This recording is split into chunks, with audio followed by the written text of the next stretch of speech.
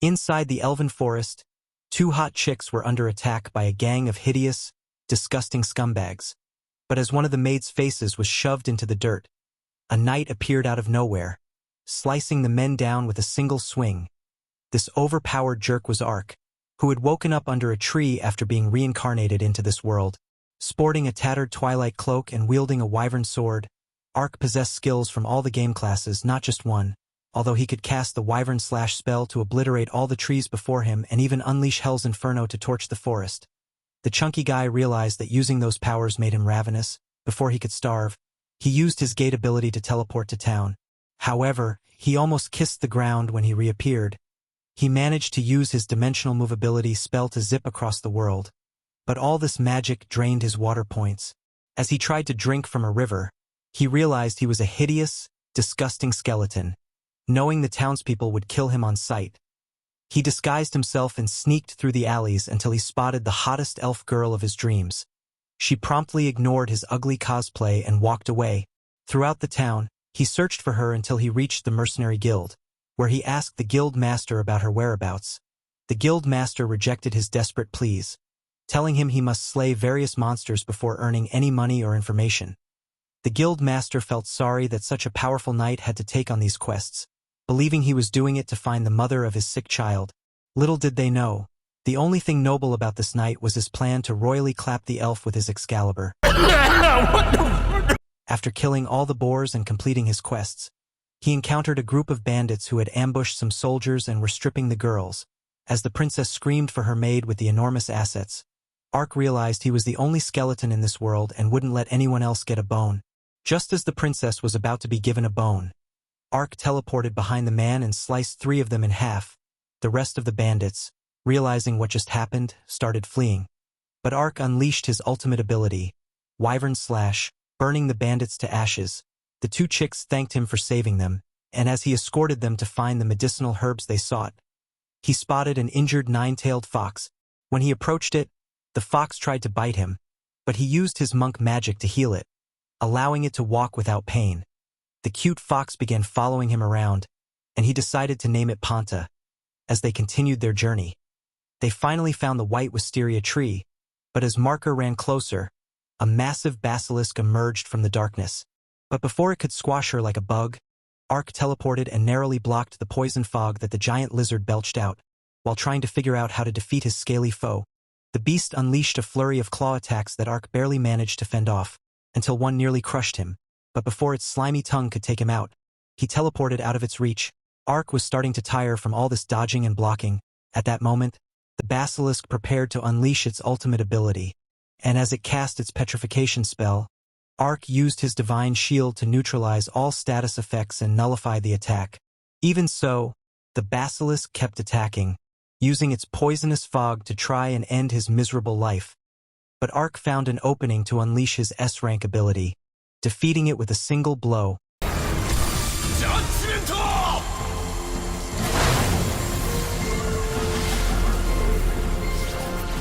Even Ark was shocked by how powerful his attack was, but noticed something was off about the monster. As he approached the ring on the lizard, it disintegrated before his eyes. Just then, a massive boar appeared, so Ark decided to slay it and gift it to the villagers. At the village, Marka's mommy milkers, Siona, saw her daughter and was overjoyed that she was still alive, crying as she wondered why she left the village without telling her. Marka revealed the flower she had gathered to cure her illness. Smiling and hugging her daughter, she asked Ark to come over so she could savor the meat off his bone. After Siona devoured the best dinner of her life, Marka and her sister called him their new dad and gave him a gift before he went to get milk like their other dad. A few weeks passed and Ark was still searching for a way. He enters a cave where he heard bandits had kidnapped elves and discovers a pile of gold waiting for him. But no sign of the captured elves. Ark takes his newfound treasure, planning to head to town for a meal. But then the elf finally appears, ready to annihilate him. She slashes at him, aiming to kill him on the spot, but he narrowly dodges her attacks. As her cloak falls back, revealing her face, he realizes he's finally seen the love of his life again. Ark tries to reason with her, but she calls him a bandit. As she prepares for a final strike to finish him off, Panta appears, stopping her in her tracks. This towering plot twist asks him how he managed to befriend the 9-tailed fox. and Ark explains that he healed Ponta when it was injured.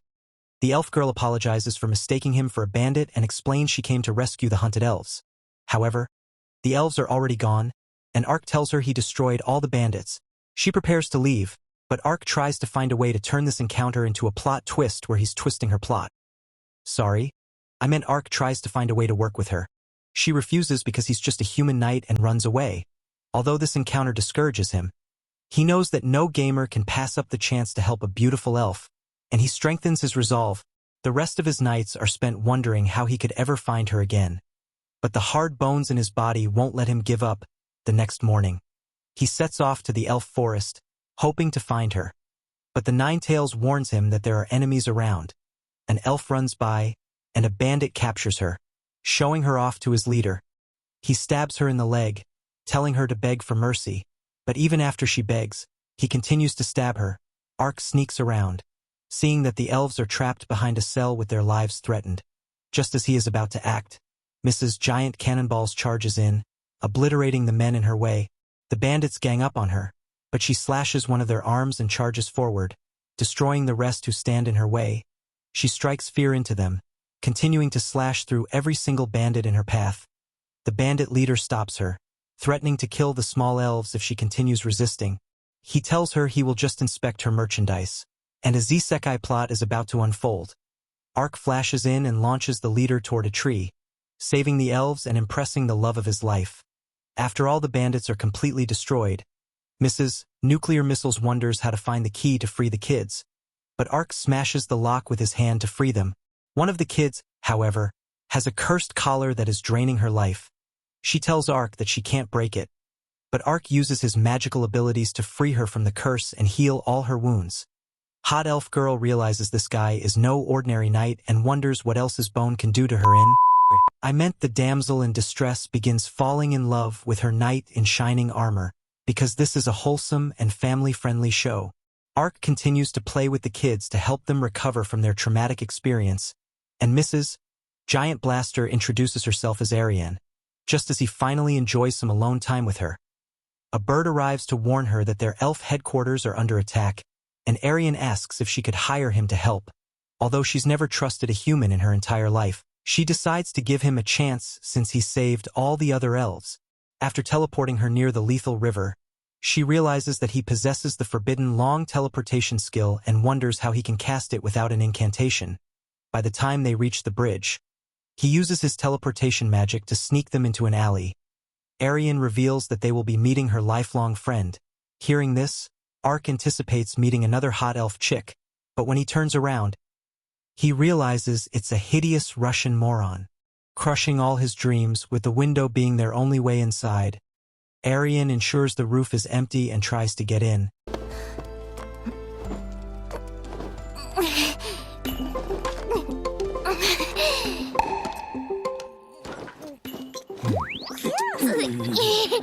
As they search the building, they see a few mercenaries were killed while sleeping and realize there is a murderer among them.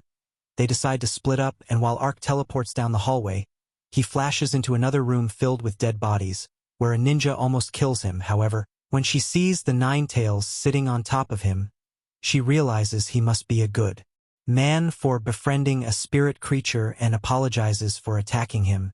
Before leaving, she gives him a map of the underground to find the elves he is looking for and reveals that 2 elves are also trapped in the mansion, hoping this will help him complete his mission as she leaps away.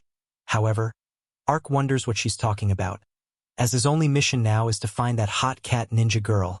After showing Ariane and Danka the outline of the prison cells, Ariane begins to question how he gained this classified information. Before he can come up with a lie to distract her, a group of bandits breaks into the room. Ariane burns them alive with a single strike, killing the ugly, disgusting losers instantly, and promises to erase anyone who stands in her way.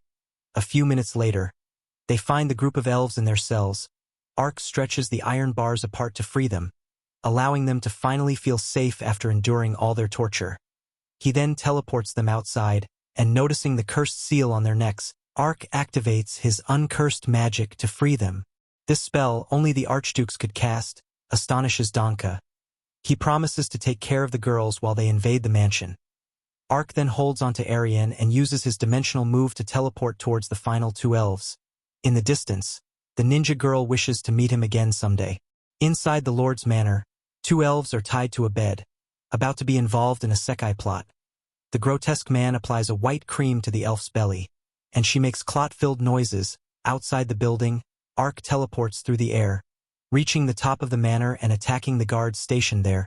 The rest of the soldiers in the manor search for him, but he hides in plain sight to avoid causing more casualties. A man knocks on the door of the owner, warning him that invaders are coming to get rid of him. As he says his final words, Ark and Arian burst through the door, announcing their arrival to rescue the elves. They destroy the owner's plot-making abilities and save the girls. As Ark interrogates the slave dealer, he realizes there is a hidden room in the wall, while Arian gives the Lord the treatment he was about to give. Meanwhile, the two elves prepare to deliver 1,000 years of pain until a group of soldiers appears. Arian unleashes her ultimate spell, incinerating them all with a single blow, while Ark begins stealing all of the Lord's gold. When Arian questions his actions, Ark explains that the gold will help rebuild their slave trade business, so he is taking it to destroy their operations. She buys his lies, just like Andrew Tate taught him to deceive women, allowing him to amass enough gold to finally buy a Bugatti instead of remaining a disgusting brokey. Now a millionaire, she invites him to her elf village to spend the night with her, although he realizes this is what every nerd loser who hasn't showered in a week would want. She reveals that he needs to meet her father before she can call him daddy. However, Ark reveals he can never show his face, fearing she might turn her sword against him upon discovering the truth. When she swears she won't, he contemplates his decision and finally decides to remove his mask. When she asks how he got this ugly, Ark reveals he woke up cursed, attempting to hide that he was ice-guyed. Seeing how big his bone was, she decides to accept him as he is and believes there might be a way to cure his curse. A few days later, as they near the village, Ark tries to teleport away but falls into a hole bigger than Arian's. Eventually, they find clean water to fill their empty bottles, and after catching a fish from the water, they spend the night cooking their meal. Just then, Arian's fattest belly growls, and Ark realizes a single fish can't feed all the weight on her chest, so he decides to catch a boar for her.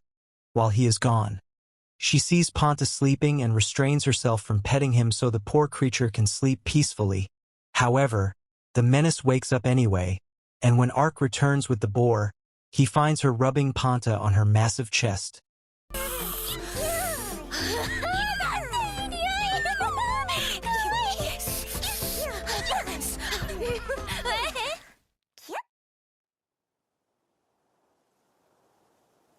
Although Ark tries to ignore the cringe he just witnessed, he wishes he could be the one feeling those nice massive tits.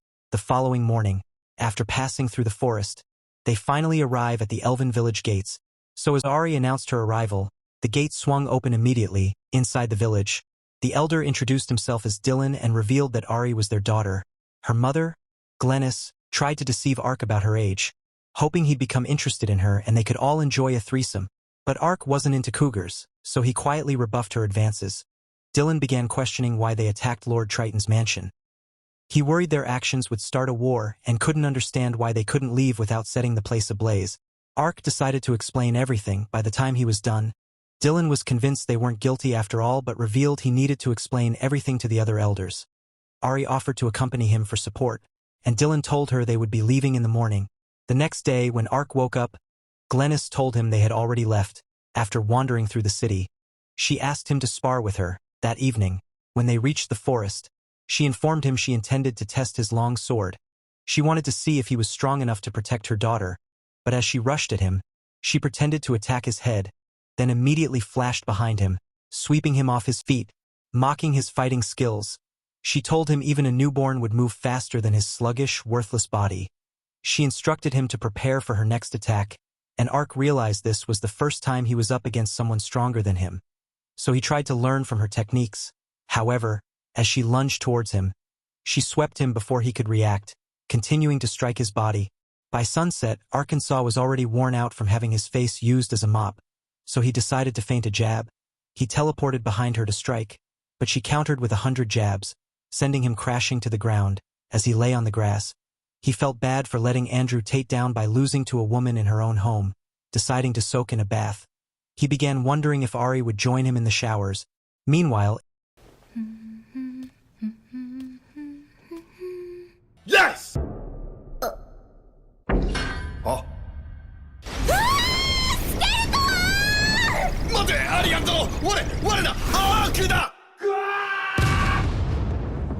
in the living room, Ari wondered if he got a good look at her plot region. But Ark was more curious about why her cannons were so huge. Just then, Dylan informed him that the elders had decided to hire him, hoping he could investigate the slave contract and free the remaining captured elves. However, they had no money to pay him. Ark thought he couldn't work for these brokies, so when Dylan realized Ark wasn't going to help them, he offered directions to the sacred spring. This spring was rumored to have special healing qualities. Dylan told him it could even break his skeleton curse, believing it could be the answer to his prayers. Ark wondered how he would find the spring.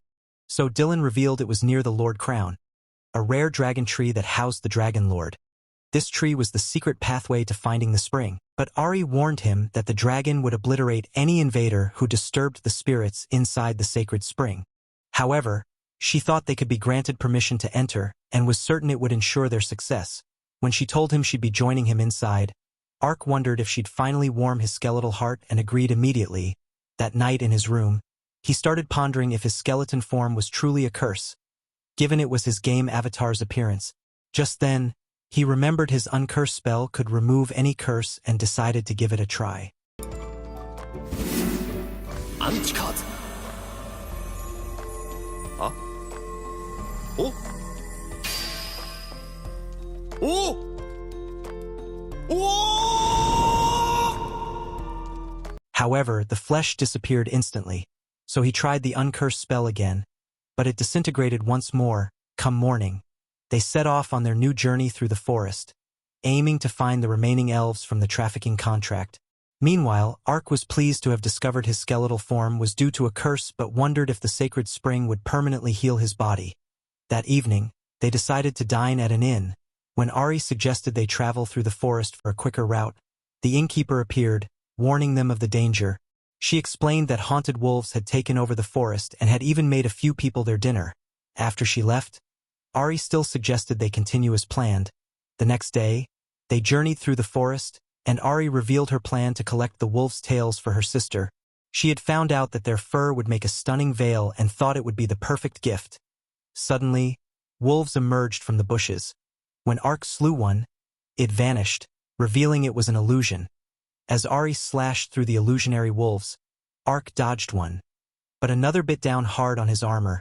The wolves could create multiple illusions as distractions, and with the pack leader in command, Ark realized they could become the wolves' next meal. As more wolves lunged at him, he slashed through the illusions, but the last one bit onto his armor. As new wolves charged at Ari, she summoned fire, incinerating one of them. When another tried sneaking up on her with multiple clones, she summoned earth spikes, taking them all out simultaneously. Ark found her skills impressive and thought he could learn a lot from her. However, the wolves wouldn't be defeated as long as the pack leader lived. Spotting it atop a cliff, Ark teleported instantly, but the pack leader dodged his attack. As Ark noticed the mystical ring around its ankle, he realized that he had seen it on another monster, so he teleported again. But as the wolf flashed to his back looking to end him, he blasted it with fire before slicing the ring in half. At that moment, the wolf returned to its right mind and roared for the others to retreat. So as Ari rejoined him, they watched the ring as it disintegrated and wondered who could have created it. Just then Ari remembered she needed wolf fur and decided to get to work. Meanwhile, a princess was traveling through the forest and began wondering if her brothers were part of the elf slave trade. She thought their greed would start a war with the elves and wondered if it would destroy the kingdoms if either of them becomes king. Just then the carriage rocked from a collision and the guards began screaming from an attack. At that moment Pontus sensed the danger and began running towards the site, so Ark ran after him. As the carriage crashed into a tree, the attendant drew her sword, but as the door opened a man slashed her instantly. With the princess in shock, she hurried out to help her but was sent straight into nirvana. While the low-lives were celebrating their victory, Pontus jumped on one of the soldiers, but as he picked it easily, the commander told him to eliminate the fox. However, Ark seized his arm and broke it at that instant. But as he decided to check the princess, the men started launching fireballs at him, but he was unscathed from all their attacks. Just then the haunted wolves began to devour them, and as Ark noticed the pack leader, he drew his sword and easily annihilated all the men. After the wolves retreated deep into the forest, Ark decided to cast a regeneration spell, and as her wound closed up, the princess regained consciousness. Glad at this discovery, Ark decided to cast another regeneration spell on the attendant and continued casting more spells to awaken the slain soldiers. By the time the princess woke up, her attendant told her that they must have been resurrected by a miracle, and the princess thought the miracle must have come from God himself. So when her soldiers were gathered, she began saying that God was on their side, and that they must continue on their journey no matter what. Meanwhile, Ark was watching from behind a bush and began wondering if using his healing magic was a bad idea. Even though he had saved good people, he wondered if resurrecting them would make significant changes to the future. However, he decided to rejoin Ari and discovered that she had already gathered all the fur. This was it for part 1. See you next time. Watch other similar videos and complete your anime wishlist.